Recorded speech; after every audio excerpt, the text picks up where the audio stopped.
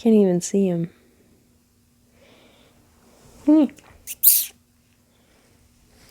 He just wants to lick his own fur. He doesn't care about being aesthetically pleasing for my video. Please, Shizzle. It will get me more likes if you're cute on camera. Like the video for more.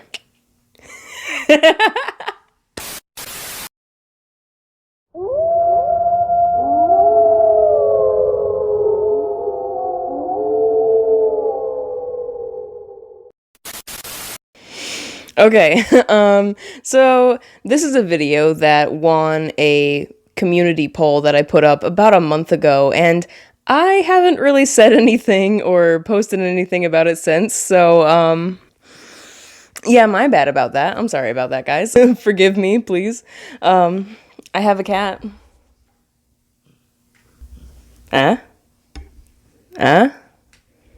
Forgive me?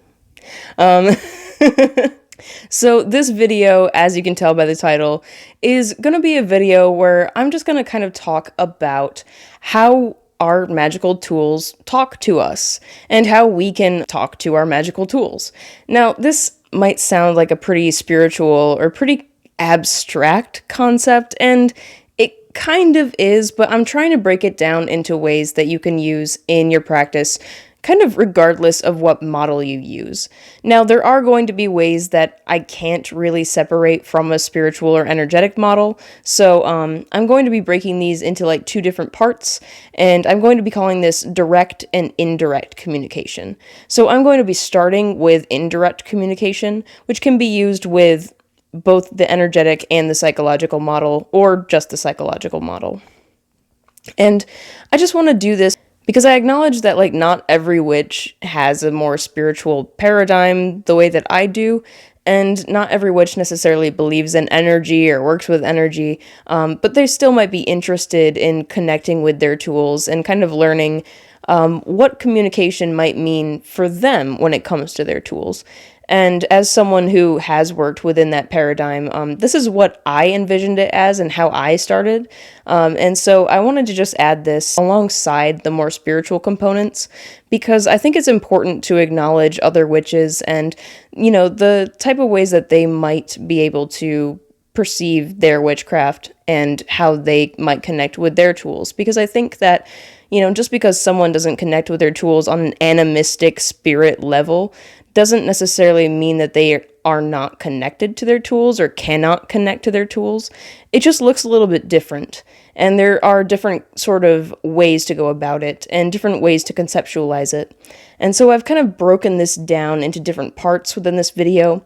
And the reason why I did this is because, well, really the only reason anyone would ever try to communicate with their tools, right, is to figure out how and when and why to use it, and also to know when it is most appropriate for them to use it, what it might mean for them in their practice, and stuff like that. And this can become a very integral and a very important part of someone's practice. And so I think it's important to kind of talk about stuff like this because, you know, there's a lot of talk about getting tools and like what the tools mean. But how do they actually speak to you once you get it, right? Once you have the wand in your hand, once you have the crystal, once you harvested the herb, what now? What does it feel like now? How do you use it now? You might think you know based on things you have read, but it's a little bit different once you have it actually there in your hands and once you actually have it in your practice.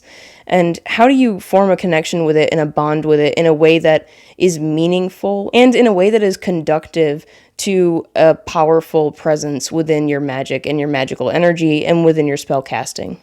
So, yeah, with that being said, let's get right into it. And I'm going to start with a little bit of attitude.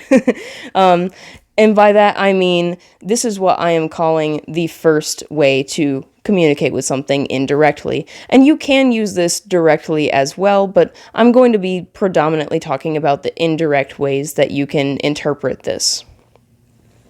So, Attitude is what I'm using to describe a noticeable pattern and how a tool works, or what the results tend to be from a particular tool or correspondence within your particular practice.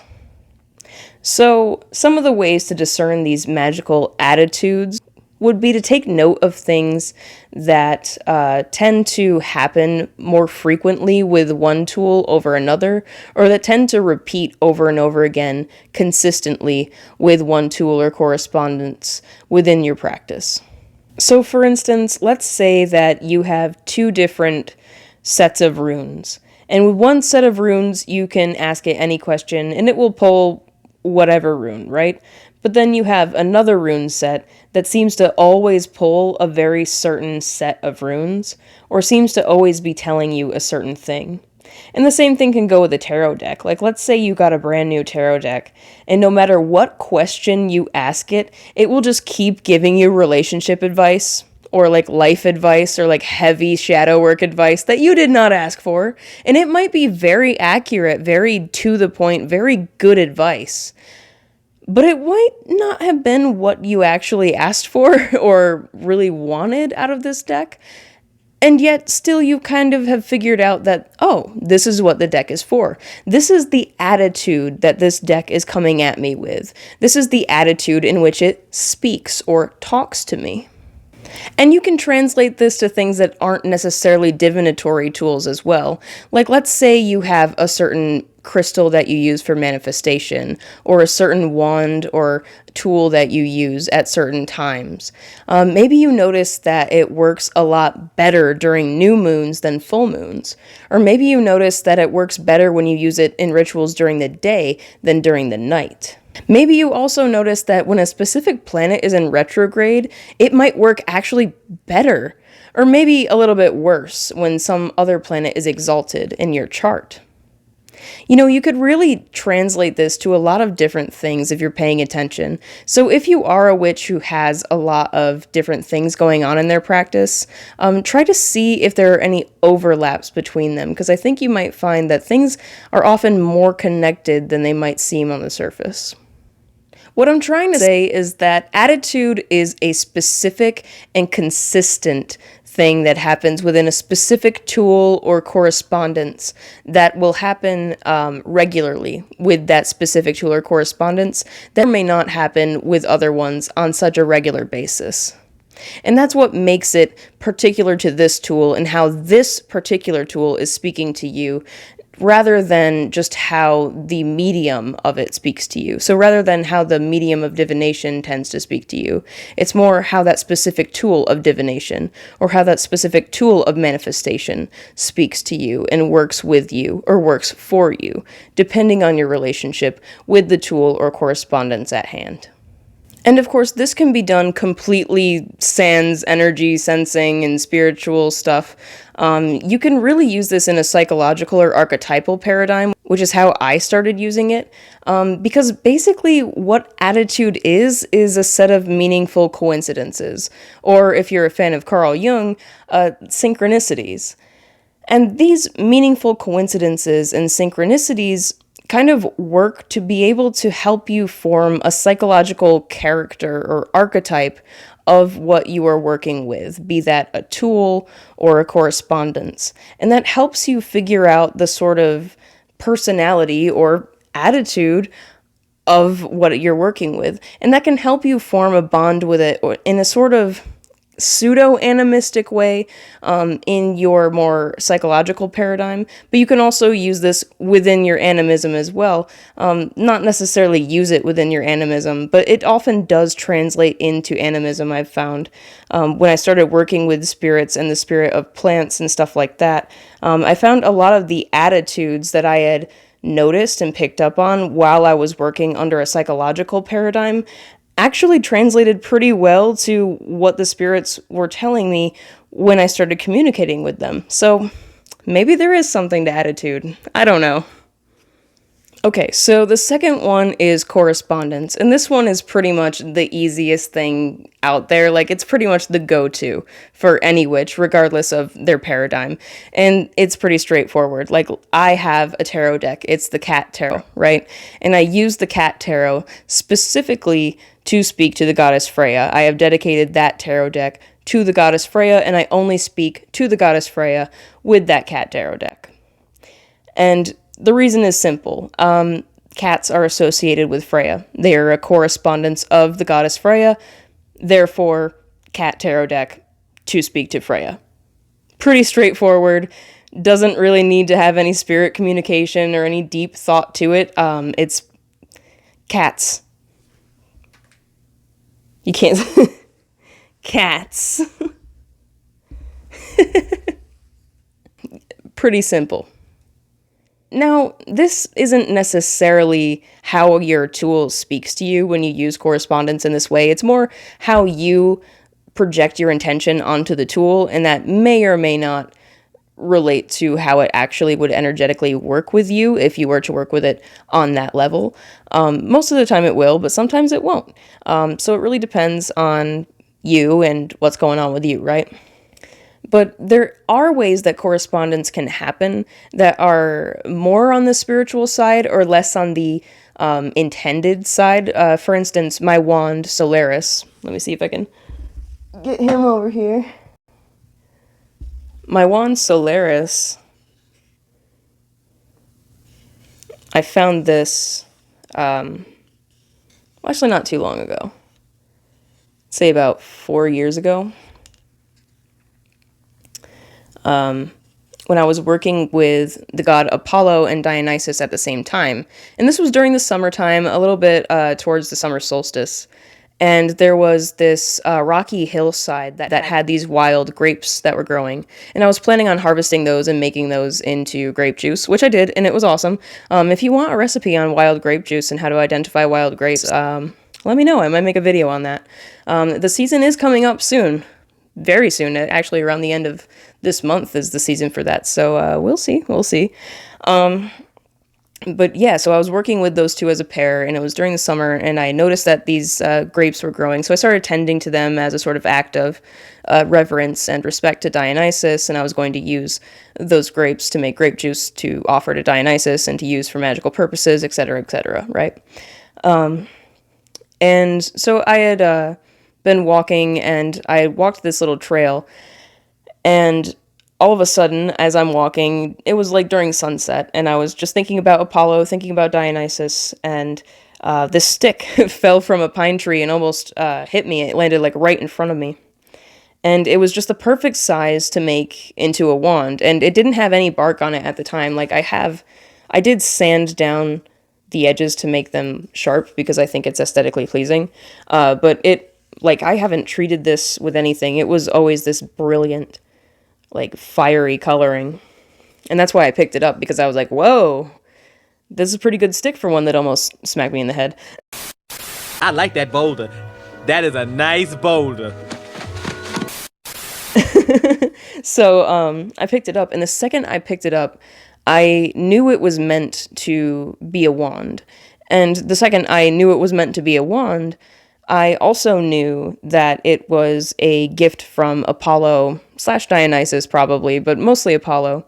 And I kind of, I guess, clairvoyantly heard the name Solaris in my mind. Or I suppose the name Solaris came to my mind, if you're working under that psychological model, which at the time I wasn't.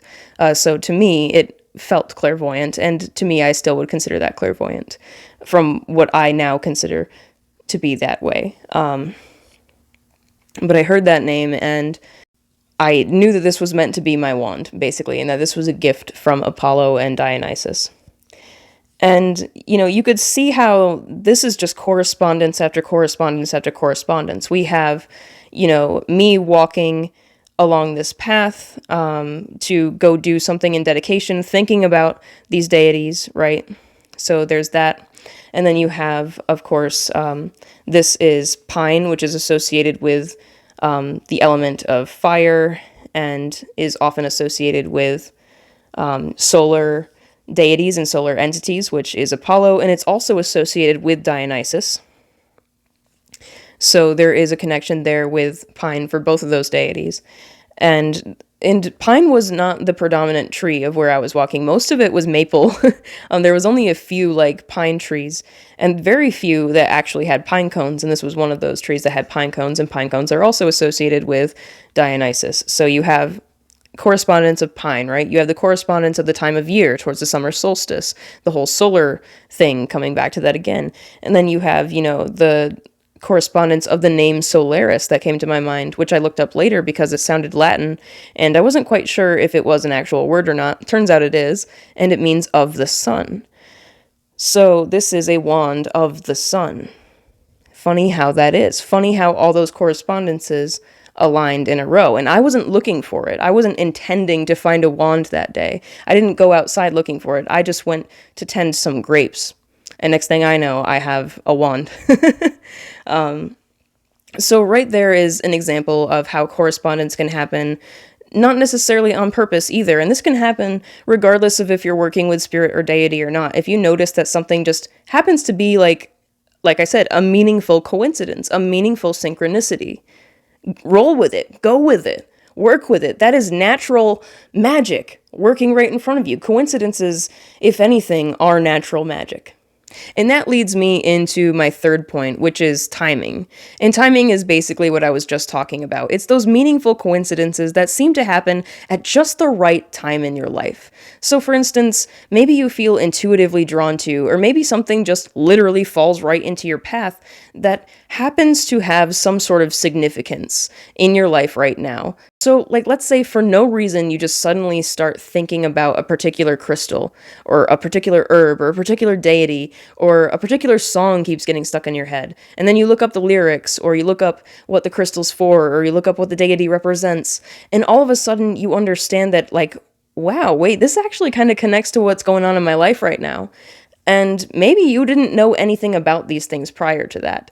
That is timing, and also intuition if you use your intuition for that. But you don't necessarily have to use your intuition for it, because these things can happen consciously or subconsciously in a psychological way. So you might have actually heard something about this god or goddess or crystal in the past, right? You may have forgotten it. It may be stuck somewhere in your subconscious. But now that you're going through something like that, all of a sudden it's coming back up, and you might perceive that as your intuition. It may actually be what intuition is, what your intuition is, or it might actually be intuition. Who knows, right? So it's kind of flexible as to how timing works. You could use it in an energetic way or in a more subconscious way, like I just mentioned. But speaking of energy, let's get into that, because that's going to be my last point for today's video. And the thing about energy is that it's kind of a difficult topic to talk about, because describing the sensation of experiencing energy and what energy feels like and is kind of like describing what the sensation and energy of color is. You know what I mean? You could give a bunch of generalizations as to say, oh, well, generally the color red represents power or anger, and the color blue represents calmness or serenity, right?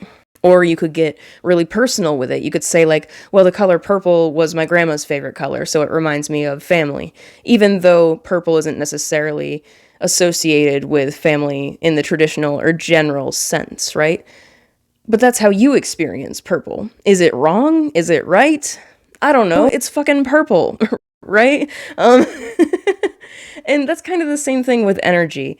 I could explain to you as eloquently as possible how I experience energy and what energy is to me, but at the end of the day, it's kind of like a moot point, because it's a lot like explaining color. You kind of just are explaining something that has to be experienced.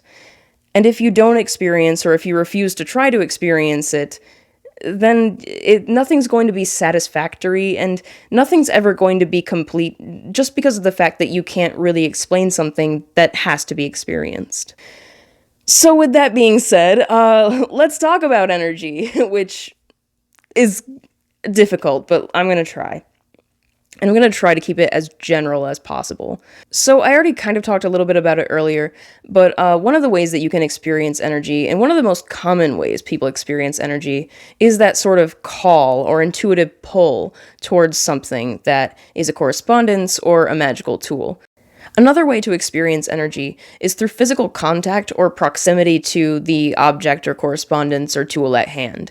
Oftentimes, this is how I personally experience energy. If I'm near something, or if there's something kind of energetically intense in the area, I typically can sense it in a sort of way. It feels almost like a physical sensation of TV static in the air, is how I would explain my experience of energy, but it also kind of depends on what type of energy it is and where I'm at and all sorts of things. Energy is so complicated. It deserves a video on its own. I cannot do it justice in just this one little snippet here.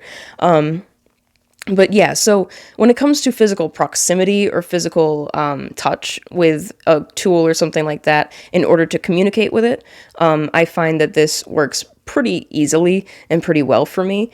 And if you're not super energetically sensitive or spiritually sensitive in that way, I would suggest meditating with the object instead, or meditating with the object before you try to do something like this, or maybe call upon, if you're an animist or if you're into spirituality and spirit work, call upon the spirit of what you are working with. So the spirit of rosemary, the spirit of whatever oil you're working with, the spirit of the crystal, the spirit of the animal, the spirit of what have you. And you would call on the spirit to give you messages, visions, or to just help you understand what is going on with it. You know, what is the purpose of the tool, what it means in your practice, how you should use it, what you should use it for, when it will be most potent for you, stuff like that. If you're going to do a meditation for something like this, I would suggest really concentrating on and using your imagination with what it feels like to actually be that object, what it is to be the materials it's made out of, what it is to embody what those materials are meant to symbolize. So let's say, Solaris, right? Solaris is meant to symbolize solar energy. What does that even mean in the context of pine? So first I need to understand and kind of become pine, right? And then I'll understand what about pine is fiery. Then I will be able to understand what about pine is solar, if that makes any sense. So you don't have to do this necessarily in a literal, energetically sensitive way. You can sense energy through meditation in that way, or get a sense of what the energy would be without necessarily needing to believe in energy. But if you do work with spirits or work with energy, I find it to be a lot easier, because if you do get into a meditative state and call upon the spirit and just have a sort of conversation with that spirit, oftentimes it will be able to give you answers to questions and to kind of tell you what it's about without needing to put as much effort into it. Of course, it does take effort and it does take time to get to that point where you can do that. I've been doing this on and off since I was a kid, so I think I have a lot more practice than quite a few people do. So I think it comes a lot more naturally to me than it would to someone who maybe has never really been naturally predisposed to something like this, or maybe had never even heard of something like this up until they started into their witchcraft or spiritual path. There's another way that you can feel energy, which is a lot more subtle than like a clairvoyant conversation or a spiritual conversation with something. And that is just getting a good or bad vibe. For instance, this happens a lot in my spell work. Sometimes I will plan out what correspondences I want to use for a particular spell that I think would work well. And usually I plan it out pretty secularly, I suppose. And when I plan this out, I just plan it out as logically as possible. So I just look at the correspondences of what I'm working with. And I find that sometimes when I do that, it works out great. And sometimes when I do that, I get all the ingredients together that logically on paper, like correspondent-wise, should work together. But then I go to put something into my ingredients or into my spell, and I'm like, that just doesn't feel right. That feels like I'm about to put vanilla extract into my tomato soup. Like, what am I doing right now? On paper, it looked good. Now, it's vanilla extract. What happened? Sometimes energies just don't vibe like that in the way that they logically look like they should on paper. And that is just you feeling that energy or intuitively sensing that energy. And so I'd say if you do feel that way, go with it. Or if you feel like, hey, this feels really good when I put this next to XYZ component, you know, when I put this crystal with this herb, or when I put this oil on this color candle, you know, it really feels like there's something there. That is also you feeling energy that's really jiving together. So there are different ways of feeling energy. Typically, when you feel good energy, it will feel expansive. It will feel almost fiery, explosive. It will feel loose and flowing. You might feel it kind of in your chest or in your throat area. You might even feel it up in like your head. And the same thing with bad energies. You might feel a sort of closed offness, or sort of like tingling feeling, or almost like there's glass up against you, like pressing in, if it's a bad feeling. Or it might just feel almost dirty in a way, almost like it's covered in like this sort of grime, but the grime isn't actually physically there. It just feels, I don't know how to say it, it feels gross. And then you'll know that that's kind of bad energy, or just not the right vibe for what's going on right now. And, you know, like I said, it's kind of hard to talk about energy, and it's hard to talk about these types of things because it is so personal, and because it is something that you just have to experience. So hopefully this was helpful. Hopefully you could kind of understand what I'm trying to say here. If you want a full video on energy and how to experience energy, what energy feels like to me, just a whole, I could make a bunch of videos on that, honestly. If you would be interested in something like that, let me know, because I definitely do think it deserves its own video. But yeah, I think that's all I have to say for this video. Hopefully you found it helpful. If you have any questions or comments that you would like to leave in the comments below, definitely do that. Leave me a like if you found this video helpful, or if you liked it. Share this video with people if you thought it was extremely helpful. Subscribe if you're not subscribed already. And if you are subscribed already, thank you so much. You are the coolest person in the world. And just because you're one of many subscribers does not mean that you yourself are not the coolest person in the world. It just means that you need to fight to the death for it now. I'm just kidding. You are all the coolest. So yeah, I will see you in the next video of whatever I make, and take care.